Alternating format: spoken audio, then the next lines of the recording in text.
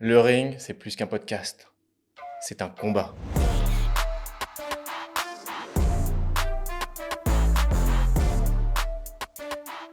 Chaque semaine, je vois un nouvel outil destiné aux sales qui sort sur le marché.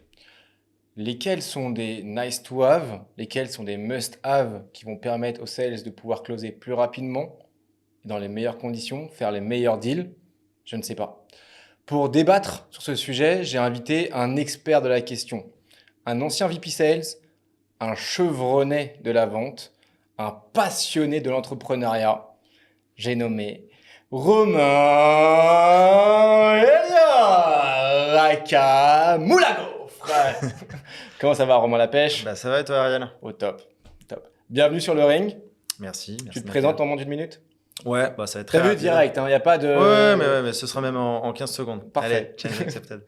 Non, bah écoute, sales dans l'âme. J'ai toujours bossé dans la sphère tech, dans des startups principalement du groupe du startup studio eFounders, respectivement Textmaster et YouSign, où j'ai fait à peu près tous les métiers sales. Donc je connais plutôt bien le scope de sales, SDR, BDR, AE. Head of T'es prêt, Sales, quoi. VP Sales. En gros, t'es Ouais, prêt. ça va. Pas de problème. Et puis ça y est, je suis passé de l'autre côté de la barrière. J'ai décidé de monter ma propre boîte dans les sales et je pense qu'on va un peu en parler. On va en parler effectivement. Pour te rappeler rapidement les règles du ring, tu as 4 règles qui sont très simples. On a 5 rounds de 5 minutes chacun. Chaque round, c'est un thème. Ok. On n'a pas de langue de bois qui est acceptée dès que tu commences à être un peu oui, non, je te reprends et t'inquiète pas, on crush dans le dur, il n'y a pas de filet. Ok. Il n'y a pas de coup en dessous de la ceinture, c'est que du noble art, du gentleman. D'accord. On n'est pas là pour pouvoir se faire mal, on est là pour pouvoir s'amuser surtout avant tout. Et le plus beau pour la fin. La dernière question, elle te revient et c'est une question qui est censée me mettre KO, que je ne connais pas, que tu ne connais pas, que tu connais, j'espère, et qui, j'espère, va défouler et foule. On est Ça se prêt. dit, mais on va le dire. Dis-le. T'es prêt? Je suis prêt. Ok, go. Commençons par le premier round. Le premier round, Romain. Oui, Ariel. Le niveau des commerciaux en France. Qu'est-ce que tu en penses, toi, du niveau des commerciaux en France? Tu veux la vraie ou la fausse réponse? Et s'il n'y a que du Politiquement. vrai. Il n'y a que du vrai. Okay. Non, je pense que le niveau s'est énormément amélioré ces dernières années. Dans l'ensemble, on a toujours un prisme très tech, startup, scale-up, où le niveau n'est pas le niveau, on va dire, marché. Le niveau dans la tech est vraiment assez élevé, même s'il est perfectible. Le niveau global, tout marché, toute industrie confondue, il est grandement perfectible, pour pas dire un peu médiocre. Ok. Par rapport à quel type de data, justement, tu te bases pour déterminer si un niveau est bon ou moins bon, notamment sur la tech? Alors, de manière macro, il n'y a pas de data. Il faudrait avoir les chiffres de chaque entreprise. Donc ça, c'est quelque chose qui est très difficilement observable. En revanche, on peut faire des observations macro, ne serait-ce qu'en prospectant ou en analysant les actions de prospection ou commerciales de certaines entreprises. Et on se rend compte, typiquement, je pense que tout le monde l'a déjà vu, quand on reçoit des démarches prospectives, à savoir des mails ou des approches LinkedIn, on se rend compte que c'est quand même très, très low level. C'est pas très qualitatif. Et ça matérialise, ça symbolise quand même un gros travail encore à faire. Et pourtant, on n'est pas que dans la tech. C'est-à-dire qu'en fait, dans le traditionnel, effectivement, on ne reçoit pas tous les jours en fait, des gens qui viennent nous vendre du CPF. Mais enfin, tous les jours, je pense que surtout maintenant que tu es entrepreneur, tu es prospecté par des commerciaux de la tech. Le niveau? Alors, sur les commerciaux de la tech, honnêtement, c'est pas mal. C'est le haut du panier. On sent qu'il y a quand même des années de travail, de réflexion qui ont été faites, des super outils qui sont utilisés. Je pense qu'il y a quand même encore pas mal de choses à perfectionner. Et c'est bien, ça laisse de la place pour plein de consultants. Ok. Et de super outils pour aider à perfectionner. Mais je pense qu'après, sur 80% du marché, je pense qu'il y a quand même beaucoup de travail. Mais c'est plein de petites astuces au quotidien à perfectionner. Par rapport aux astuces, justement, est-ce qu'il n'y a pas un problème au niveau de la formation des commerciaux en France? Moi, perso, je vois beaucoup de gens qui ne sont plus dans le game et qui font des jolis slides, présentation de 200 slides pour expliquer comment call lorsqu'ils n'ont pas décroché le téléphone depuis plusieurs années, mais c'est pas grave, on va quand même les écouter, ou des solutions e-learning où en fait, tu connais très bien les commerciaux comme moi, next, c'est bon, c'est fini, je passe sur Netflix. Ah, t'as tout dit. Ok. C'est quoi C'est compliqué, je pense que en posant le constat, on se rend compte que ce n'est pas une situation simple et facile à adresser. Je pense que les outils sont un levier de perfectionnement, mais ce n'est pas la baguette magique. Il n'y a pas de baguette magique. Pour répondre à la première partie de ta question, je pense que ça fait longtemps qu'on a un peu oublié, de manière générale, je ne parle pas que de la tech, de former des commerciaux. On n'investit plus assez sur les hommes. Or, on se rend compte aujourd'hui avec la conjoncture que le seul moyen de faire du revenu, c'est les commerciaux. Je schématise un peu, mais c'est à peu près ça. Donc, pourquoi on ne forme pas assez En B2B en tout cas. Ouais, B2B. bien sûr. Ouais. Et encore, ouais. Mais principalement en B2B, je pense qu'on a tout intérêt à investir un peu plus, pas massivement, mais un peu plus sur l'homme. Pourtant, quand on le dit, quand on remplace commercial par homme, on se rend compte que ça a beaucoup de sens d'investir sur les hommes. Et pourtant, ce n'est pas suffisamment fait. Je pense que ça va venir dans le temps. On a toujours un train de retard par rapport à d'autres pays, mais ça va venir. Ok, tu parles de quel pays justement? Les États-Unis principalement, ou les pays anglophones, Ok. qui depuis très longtemps ont cette démarche très axée sur l'investissement humain. Ils ont même créé un terme qui s'appelle l'enablement. Donc, ils sont très bons pour créer Étonnant. des termes. Et je pense que c'est la bonne approche. Je pense que ce n'est pas l'unique approche. Je pense que c'est un ensemble d'éléments qui doivent être mis en place dans le temps. Ce n'est pas un one-shot. C'est exactement comme une action de prospection. On ne fait pas un one-shot en prospection. Non. C'est dans la durée que ça fonctionne. Du coup, on fait quoi alors de ces formateurs qui forment sur des trucs en présentiel? D'ailleurs, est-ce que ça marche le présentiel? Ça marche pas? Est-ce que c'est pas une énième raison de venir prendre un TT gratuit et payé par... Enfin, pas RTT, pardon. Pareil, jour de vacances. Voilà, payé par la boîte quand on sait qu'un commercial a à peu près 12 minutes où il est aware, je parlais comme Jean-Claude Van Damme, par heure. Enfin, passer une journée avec une personne qui vient passer des slides, qui répète tout le temps son même discours. Je pense que c'est comme tout, il y a des très bons formateurs et des très mauvais formateurs. Le terme formateur est un peu galvaudé et ne donne pas très envie. Déjà, en termes de sales, il faut peut-être revoir le marketing. On parle beaucoup plus de coach maintenant. Déjà, ça donne plus envie. Moi, j'ai fait les deux. J'ai eu des très mauvais formateurs. J'ai eu des très, très bons formateurs. Voilà, c'est un peu du tac au tac. Je pense qu'il y a quelque chose à faire pour structurer un peu mieux cette approche autour des formateurs. Il y a des boîtes qui se montent depuis quelques années pour un peu disrupter, réinventer un peu l'approche, trouver plus facilement des super coachs par rapport à nos problématiques et pas une approche très généraliste, très holistique qui au final ne répond pas vraiment au problème. Est-ce que, à ton avis, c'est un problème du candidat, enfin du sales ou de la boîte en question? Je pense que c'est un peu les deux. Je vois où tu veux m'emmener. terrain glissant. Un peu les deux, parce que ce qu'il faut se dire, c'est que les commerciaux ont très peu de temps. On leur demande de faire du revenu et on leur demande pas de se former. Déjà, il y a peut-être un problème côté manager. Il faut aussi penser à accompagner le commercial. Et pour accompagner le commercial, il faut le sensibiliser sur le fait de se former, monter en compétences. Mais il a très peu de temps, le commercial. Donc, le temps qui lui reste, le temps imparti qui lui reste, il faut qu'il soit parfaitement investi. Et c'est là que il faut trouver le bon outil, le bon formateur, la bonne approche managériale, le bon pair pairing. Et c'est des actions dans le temps qu'il faut mettre en place. Ok, merci. Tu t'es amusé au premier round, on a commencé à regarder concrètement c'est quoi les distances, c'est quoi nos skills. C'est bon? C'était top, je suis chaud. On passe au deuxième round alors? Let's go. La prospection. La prospection, c'est un tabou en France, dans les entreprises, ou qu'est-ce qui se passe? C'est pas un tabou, mais ça embête beaucoup de personnes, beaucoup de sales, ne mâchons pas nos mots. Je pense que clairement, il y a beaucoup de sales qui sont bien arrangés par le découpage des nouveaux métiers sales, parce que en fait, ça permet de ne pas faire de prospection, parce que c'est un travail harassant. Mais dans le même temps, c'est quand même très noble comme travail. Mais je pense qu'il y a beaucoup de belles choses qui se sont passées ces dernières années. Il faut encore retravailler certains aspects. Tu parles de quoi comme belles choses concrètement? Il y a des nouveaux outils qui sont venus faciliter le quotidien. Les sales se concentrent plus sur des tâches à haute valeur ajoutée. Pour autant, et je vois où tu veux en venir. Je t'emmène où du coup? Dis-moi. On est sur un ring, hein, il y a 4 pylônes, il n'y a pas de problème. Je pense que le biais de ces outils-là, c'est de se cacher un peu trop derrière eux, de se reposer un peu trop sur eux et d'oublier un peu la quintessence de son métier. Le métier de sales, c'est d'aller voir des prospects, d'aller rencontrer des clients. Donc, c'est l'humain. Et donc, la prospection par mail, c'est un outil, mais parmi tant d'autres. Donc, il y a le téléphone, il y a LinkedIn, il y a des salons, on peut créer plein d'autres événements. Voilà, c'est du bon sens. Il est malin. Ok, donc du coup, si je résume bien, concrètement, on n'a pas besoin d'avoir une multitude d'outils, on a besoin d'avoir un peu de jus de cerveau et un téléphone pour justement mettre en place une stratégie de prospection qui soit intelligente et ensuite, effectivement, Tu as tout dit, il faut prospecter. être intelligent. Je pense qu'on oublie avec tous ces outils le bon sens. Je pense que la meilleure école serait de prendre un sales, lui dire de monter sa boîte et qu'est-ce qu'il ferait avec aucun moyen. Il se cacherait pas derrière des outils. Il prendrait son téléphone, il prendrait ses petites jambes, il irait voir des clients. Tu parles de quel sales là? Je le connais pas, lui. Tous les sales.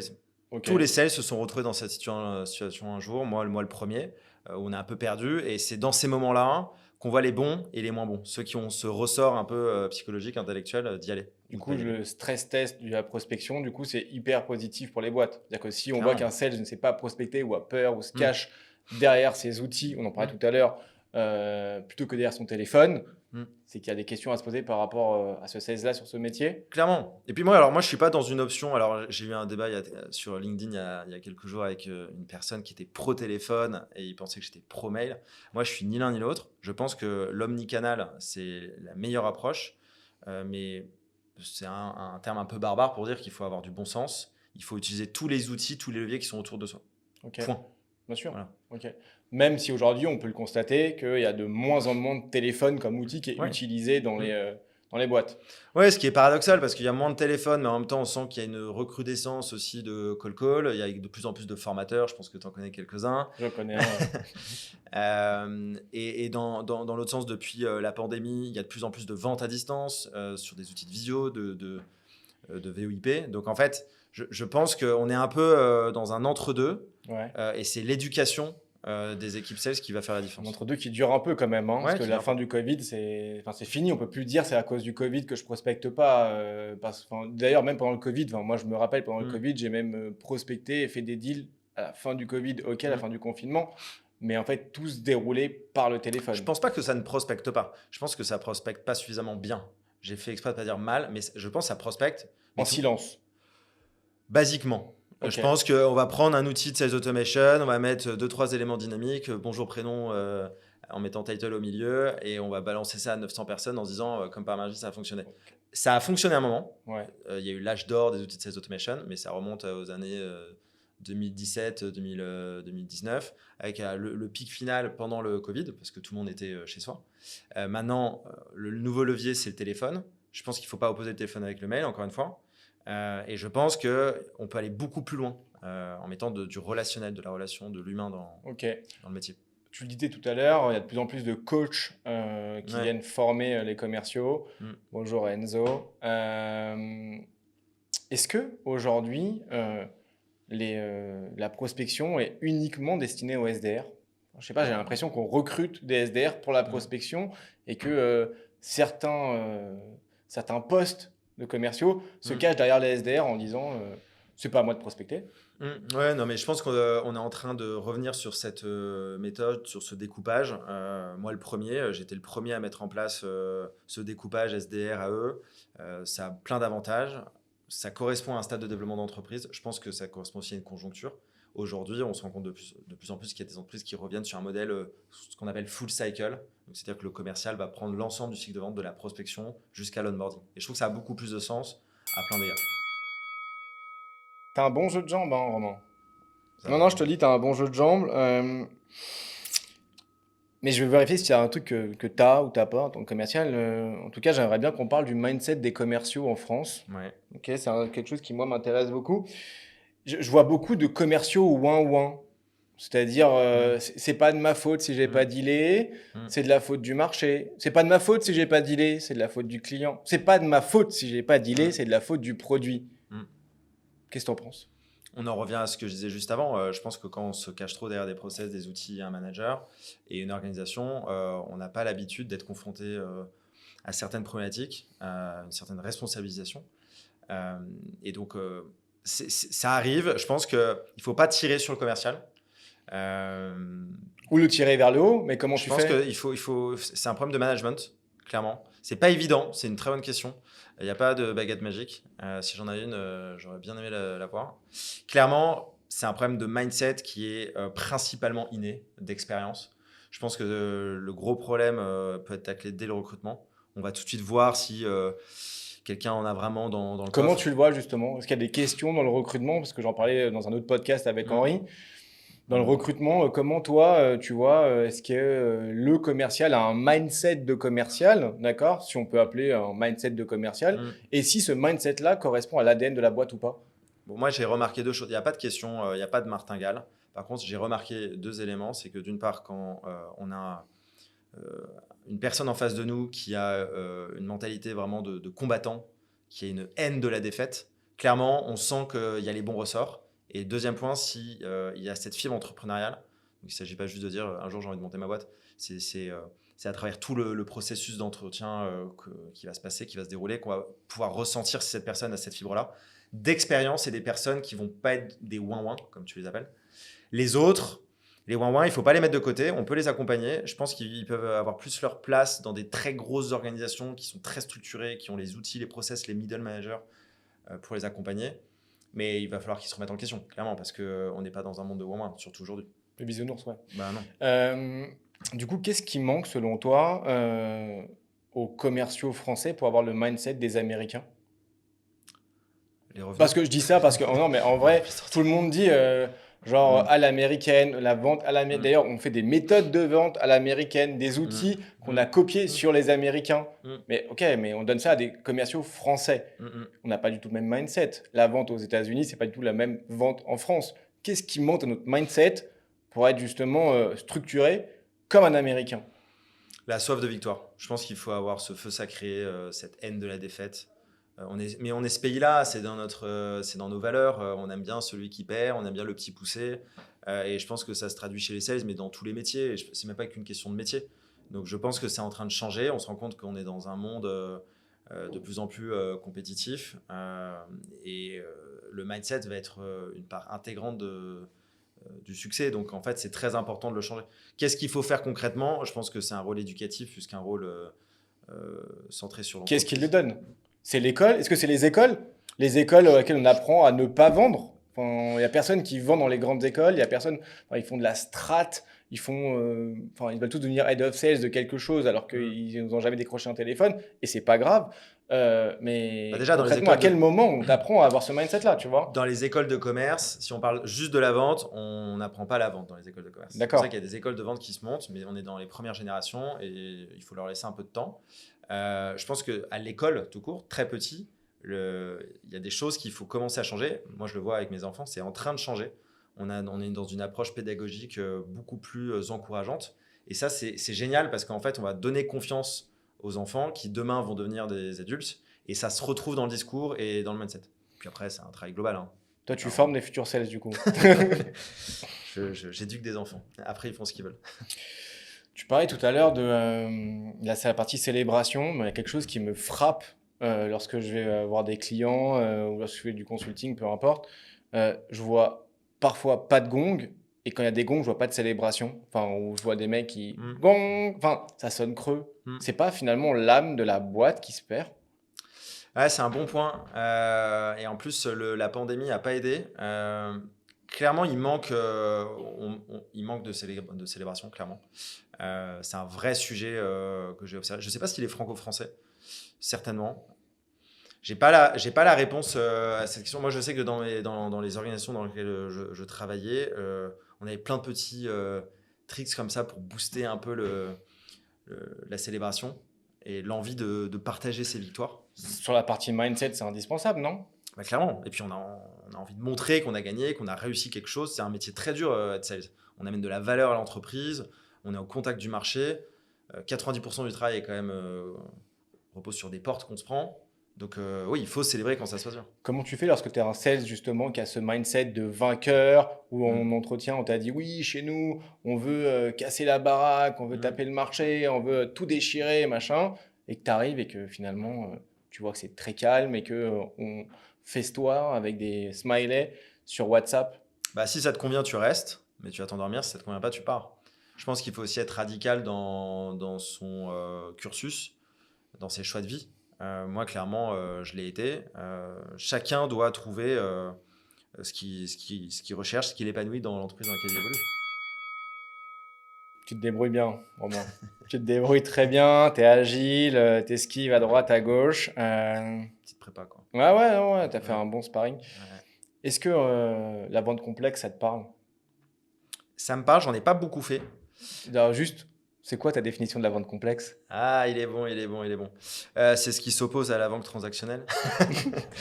Non, mais j'ai pas énormément fait de vente complexe. J'ai été dans 2 entreprises qui faisaient surtout de la vente transactionnelle. Pour autant, on avait un peu de vente complexe sur des grands comptes, avec des cycles de vente qui s'étalaient sur plus de 12 mois. Donc la vente complexe, c'est vendre à un grand compte? Non, pas forcément. Ça dépend. Pour moi, il n'y a pas de définition absolue. Je pense que ça dépend de ton produit et de ta cible principalement. Et la conséquence de ça, c'est que tu vas avoir un cycle de vente qui va être un peu plus long. Donc avoir un cycle de vente qui est long, ça veut dire que c'est de la vente complexe? Pas forcément.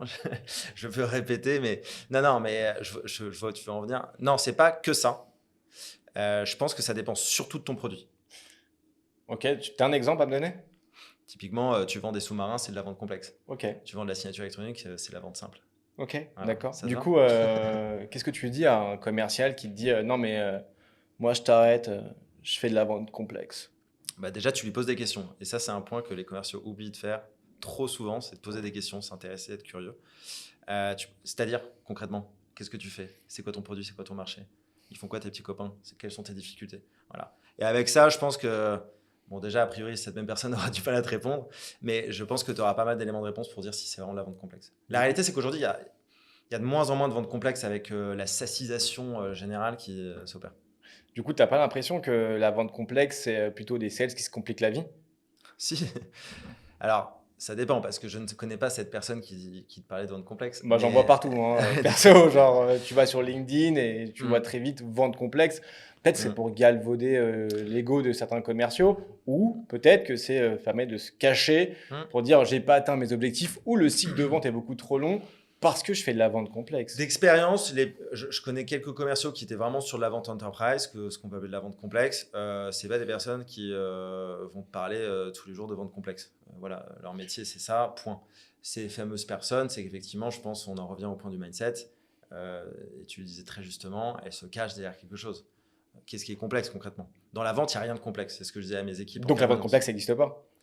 La vente enterprise, ça existe. Mais Mais la vente enterprise, c'est pas de la vente complexe, parce que la vente enterprise, finalement, Elle est- c'est pareil. si on est honnête, elle est un peu plus complexe que la vente transactionnelle. Si on est Elle est honnête. plus longue peut-être, Non, elle est un peu notamment plus sur complexe. en quoi elle est plus complexe alors? Typiquement, entre vendre, je vais me faire des ennemis, mais entre vendre des outils de signature électronique, de la traduction, du recrutement. Mais par exemple, tu vends du Usign, parce que Mm. tu étais chez Usign, Ouais, à des grands comptes. ouais. Parce qu'ils C'est ont pas complexe. Et c'est pas complexe. Non, c'est Donc du coup, la vente complexe, c'est pas forcément dans des grands comptes. ouais, c'est Si. pas forcément. Ça dépend surtout de ton produit, c'est ce que je disais tout à l'heure. Ok. Ouais. Mais- Je vois où tu veux Mais m'emmener. il n'y a pas, il y a Je pas vois où autant, tu veux en il y a pas autant de sales dans la tech qui vendent des sous-marins, j'ai l'impression, hein. Non, c'est Ou le dernier qui l'a fait, il s'est planté parce que genre ils ont résilié leur contrat. Donc exactement. c'est Ouais, peut-être ça qui est C'était complexe. trop complexe pour lui. Ouais. Non, mais je pense vraiment que ce que je disais tout à l'heure, avec la SaaSisation en général, il y a de moins en moins d'outils complexes. Il y a des outils plus complexes que d'autres, mais donc il y en a de moins en moins. Pour autant, c'est plus, il faut aussi appeler un chat, c'est plus complexe de vendre des sous-marins que de vendre de la signature électronique. Bah, en vrai, oui et non, parce que Des lorsque avions. tu es un sous-marin, en fait, c'est de président à président. Donc, tu n'as qu'une seule target et tu as une seule personne qui peut les vendre. Et tu as généralement une seule industrie qui peut le faire. Tu t'y connais certainement plus que moi. Je Non, pourrais mais pas répondre. enfin, il suffit juste de regarder en fait qui est-ce qui vend des sous-marins et à qui. Après, c'est de la géopolitique, donc c'est plus vraiment du sales, tu vois. Même si je pense que le président est le premier sales du pays, en réalité, par rapport à ça, c'est pareil pour des Rafales, mais là, on parle de matériel de guerre, donc c'est pour ça que c'est d'État à État. Mais lorsqu'il s'agit de solutions B2B, Il y a rien de à complexe. part, il n'y a rien de complexe. C'est juste que tu suis. Sauf exception, mais oui. Mais Par je pense contre, que ce c'est qui peut être. pardon, Vas-y. c'est Non, un, vas-y. c'est un dérivé de langage de parler de vente complexe. Mais moi, je ne parle pas beaucoup de vente complexe, je parle beaucoup plus de vente enterprise. Ok. Voilà. Ce qui n'a rien à voir, c'est juste une Ouais, cible ça et a rien l'autre, à c'est le fait de. La complexité, de toute manière, tu l'as dans ton métier de manière générale. Ok, donc c'est potentiellement, si quelqu'un dit je fais de la vente complexe, c'est potentiellement que c'est soit pas le meilleur des commerciaux pour vendre cette solution, soit qu'on ne lui a pas donné les meilleurs outils ou les meilleurs pitchs pour pouvoir le vendre. Soit qu'il n'a pas vraiment compris ce que c'était. Ok. Comment justement comment toi tu réagis si lors d'un entretien on te dit ben voilà, moi j'ai fait 4 ans de vente complexe parce que j'ai vendu à de l'enterprise, machin. Bah, déjà, si sur son CV, je vois qu'il était en cabinet de recrutement ou chez Usign, je me dis c'est pas très complexe et c'est mauvais signal. Potentiellement, en Mauvais signal, cabinet de ça part recrutement, mal. potentiellement, en cabinet de recrutement, est-ce que ça peut être complexe, sachant que tu as une double vente à faire, côté candidat, côté client? Est-ce que Est-ce que c'est complexe de travailler dans un cabinet de recrutement, c'est ça ta question? Est-ce que la vente, en tout cas, que tu dois faire en cabinet de recrutement, est pas plus complexe qu'une vente en SaaS? Je sais que beaucoup de gens disent non, mais vendre en SaaS, c'est ce qu'il y a de plus complexe, c'est compliqué de vendre en Il SaaS. faut pas faire de généralité parce que, encore une fois, dans un cabinet de recrutement, il y a le cabinet de recrutement qui va être sur une niche, les sales, par exemple, et il y en a d'autres qui vont être sur vraiment des top profils avec 35 ans d'expérience, et donc là, forcément, c'est un peu plus complexe. Mais chaque Juste te rassure, particularité genre a son. les sales, je pense qu'il n'y a pas plus complexe que les sales, hein. Mais voilà, donc la complexité est relative, je pense. Et Ok. de la manière, on ne peut pas comparer une vente B2B dans deux SaaS différents parce que chaque business a sa particularité. T'es prêt pour le cinquième et dernier round? Ouais, je vais te mettre KO. Laisse-moi rire. Ok. Le CRM à la base, Mm. il est fait pour pouvoir aider un manager à aider ses équipes pour qu'ils puissent s'améliorer sur les axes d'amélioration. Mm. D'accord? Comment ça se fait que les CRM ne soient pas remplis dans ces cas-là? Ah là là, si j'avais la réponse, je pense que je serais l'homme le plus riche du monde. C'est une très bonne question et il n'y a pas de réponse. Il y a plein d'outils qui essaient de se monter avec notamment l'IA pour venir populer, enrichir automatiquement ou semi-automatiquement les CRM. Je pense que c'est une partie de la solution, mais c'est pas la solution. Et encore une fois, c'est ce qu'on disait durant l'un des rounds, je m'en souviens plus exactement. Je pense qu'il ne faut pas oublier que le sales a quand même une utilité principale, c'est créer de la relation. Et cette relation, elle doit se retranscrire dans des outils, dont le CRM principalement. Donc si on remplace complètement le commercial, bon, bah, à la fin, il n'y a plus de commerciaux. Oui, mais enfin, un CRM, c'est pas fait pour remplacer, justement. C'est fait pour pouvoir récupérer Ouais, assez de data qui permet de pouvoir ensuite. En fait, tu peux ouais, modifier que ce que tu analyses. exactement. Si tu n'as pas de data pour analyser, tu peux pas modifier. Donc, Mm. on a d'un côté des managers qui, on dit, ne savent pas ou ont du mal à Mm. manager et des managers qui se plaignent de leur manager, Mm. mais en même temps, ils ne rentrent pas la data.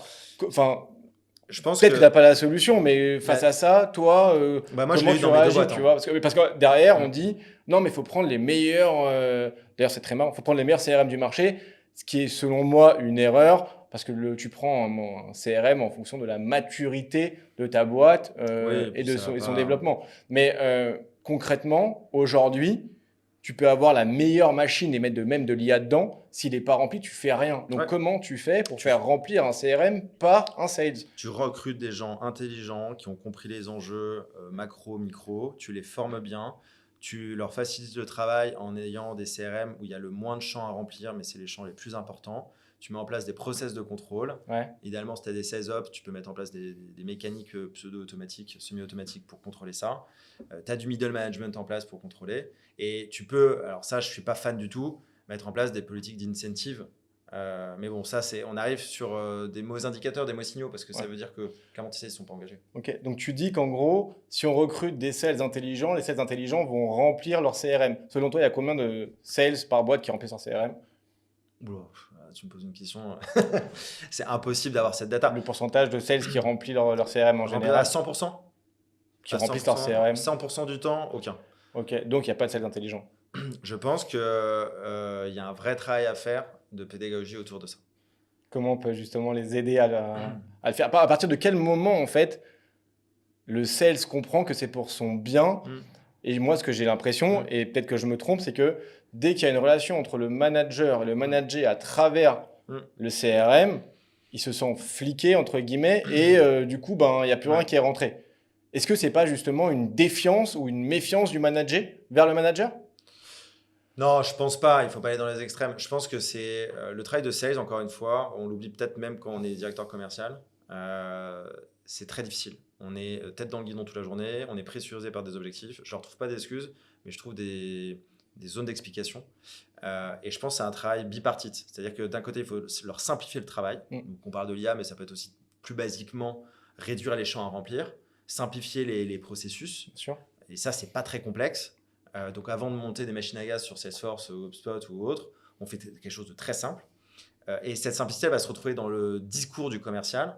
Il va comprendre la méthodologie de travail, il va jouer plus le jeu.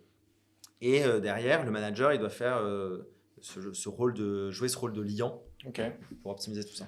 Je reviens un peu sur la relation manager-manager. On parle de sales shadow, ok, donc de Ouais. shadowing. Ouais. C'est pas plus simple de mettre un gros kick et le laisser apprendre à nager dans le grand bain? Alors, c'est complémentaire pour moi. D'accord. C'est-à-dire que tout dépend du stade de développement de l'entreprise. Le gros kick, j'avoue, c'est un peu violent. C'est pas plus simple de pousser un sales et lui dire apprends à nager, je suis à côté, et si tu te noies, j'ai ma jolie barre là qui te permettra de pouvoir sortir de l'eau. Je pense que c'est un peu ce qui se passe. C'est dur à industrialiser. Le problème aujourd'hui, les points que tu remontes, les problématiques que tu remontes, on les observe souvent dans des boîtes qui commencent à scaler. Ou des boîtes qui sont qui ont une grosse population de commerciaux et qui ne sont pas au fait des dernières nouveautés, CRM, tools, etc. Et donc là, il y a un rattrapage à faire. Je pense que pour répondre à ta question, il faut faire les deux. C'est-à-dire que quand tu es en petit comité, tu accompagnes à la hauteur de tes moyens et de ton temps disponible. Et plus tu peux le faire, plus ça va aider ton sales qui derrière le fera avec un petit nouveau padawan. Ok. Et de l'autre côté, quand tu es trop nombreux, tu ne peux pas le faire. Et donc tu prends des outils de shadowing. Dernière question. Ton top performer veut devenir manager et toi, tu sais qu'il n'a pas les compétences pour le faire. Tu fais quoi? Alors ça m'est déjà arrivé. Et donc déjà, tu temporises un peu. Et puis, enfin, en tout cas, moi, ce que j'ai fait, hein, c'est pas une méthode, c'est que je lui ai fait comprendre qu'en fait, je pense qu'il serait vraiment meilleur, qu'il gagnerait mieux sa vie, qu'il s'épanouirait beaucoup plus sur ce métier. Et en fait, il avait besoin qu'on en parle. Ça a pris 6-8 mois, ce processus, et il a accepté. Ok. Pour au final, d'ailleurs, assez étonnamment, au bout de Partir de 2 la ans, boîte. non, au bout de 2 ans, il a vraiment shifté, il y a eu un déclic, il a passé un step de maturité et il est devenu manager et c'était un super manager. Ok, merci. Dernière question, la question qui est censée me mettre KO. Est-ce que tu l'as déjà? Ariel, toi qui étais dans un cabinet de recrutement, tu as recruté beaucoup de candidats pour le compte de boîtes adorées. Comment tu expliques, moi j'arrive pas à l'expliquer, qu'il y ait énormément de cabinets de recrutement qui te proposent des candidats qu'eux-mêmes ne recruteraient pas? Bonne question. Il peut y avoir plusieurs explications. La première explication, c'est la grille salariale pour commencer. En fait, tu recrutes des commerciaux par rapport à ta grille salariale. Pour le coup, par rapport en fait à la vente, ce que j'appelle une double vente dans le cabinet de recrutement, puisque tu vends à un candidat et tu vends également à un client, bah, tout le monde n'est pas prêt à le faire. Et en ce qui concerne le recrutement, c'est énergivore pour un commercial. C'est-à-dire que je pense que c'est un des domaines où il y a le plus de turnover en tout cas en France, parce que je sais, et toutes les personnes qui sont passées par le recrutement ne veulent plus y retourner. Mm. Moi, le premier. Voilà. Après 9 ans de bons et loyaux services, je passe du recrutement à la tech, et je pense par contre que c'est une des meilleures écoles de vente, parce que justement, c'est que de l'humain en permanence. Et pour donner justement une petite anecdote par rapport aux commerciaux, lorsque tu fais du recrutement, ce n'est pas parce qu'un candidat a signé une promesse d'embauche quelque part qui viendra dans l'entreprise le jour J. Mm. Ça m'est déjà arrivé même plusieurs fois qu'à J-1, ils disent ah, j'ai eu une proposition de 3-4 plus autre part, du coup, ben, je ne viendrai pas. Ouais, mais tu as signé un contrat. Tu vas faire quoi? Mm. Donc voilà, c'est que de l'humain, matin, midi et soir. Ça demande beaucoup de patience. Au niveau de l'ascenseur émotionnel, c'est matin, midi et soir également. Donc il faut savoir s'accrocher. Tu as beaucoup de up, tu as énormément de down. Et il faut savoir tenir la cadence. C'est-à-dire que tu perds un peu en lucidité quand tu es chasseur de tête sur le profil qu'il faut pousser au candidat et ça peut expliquer le fait qu'il y ait des profils qui n'ont rien à voir avec. C'est pour ça que c'est hyper important d'avoir une scorecard au début et de pouvoir très bien comprendre quelle est la problématique du client. Donc, Ok. c'est-à-dire concrètement, enfin, moi j'étais sur la partie sales, donc c'est-à-dire lorsque je lève le capot et que je regarde comment est designée la force commerciale de la personne, où se trouvent les trous dans la raquette, d'accord? Par rapport à ça, on va déterminer ensemble avec le client une scorecard. Donc, Ok. ce qui va nous permettre de pouvoir déterminer en fait quel type de candidat correspond au niveau des hard skills, donc des compétences, et par rapport aux soft skills, donc le savoir-être, ça c'est autre chose. Et c'est pour ça justement qu'il y a les entretiens. C'est ma technique, c'est pas forcément celle de mon ancien cabinet, mais en tout cas c'est celle que moi je mets en place. Voilà. Ok, très bien. KO. Merci ma poule. Merci. C'était un honneur, un plaisir. Et j'ai hâte justement qu'on puisse diffuser ce podcast avec le nouveau nom de ta nouvelle boîte. Ouais. Aujourd'hui Alto et demain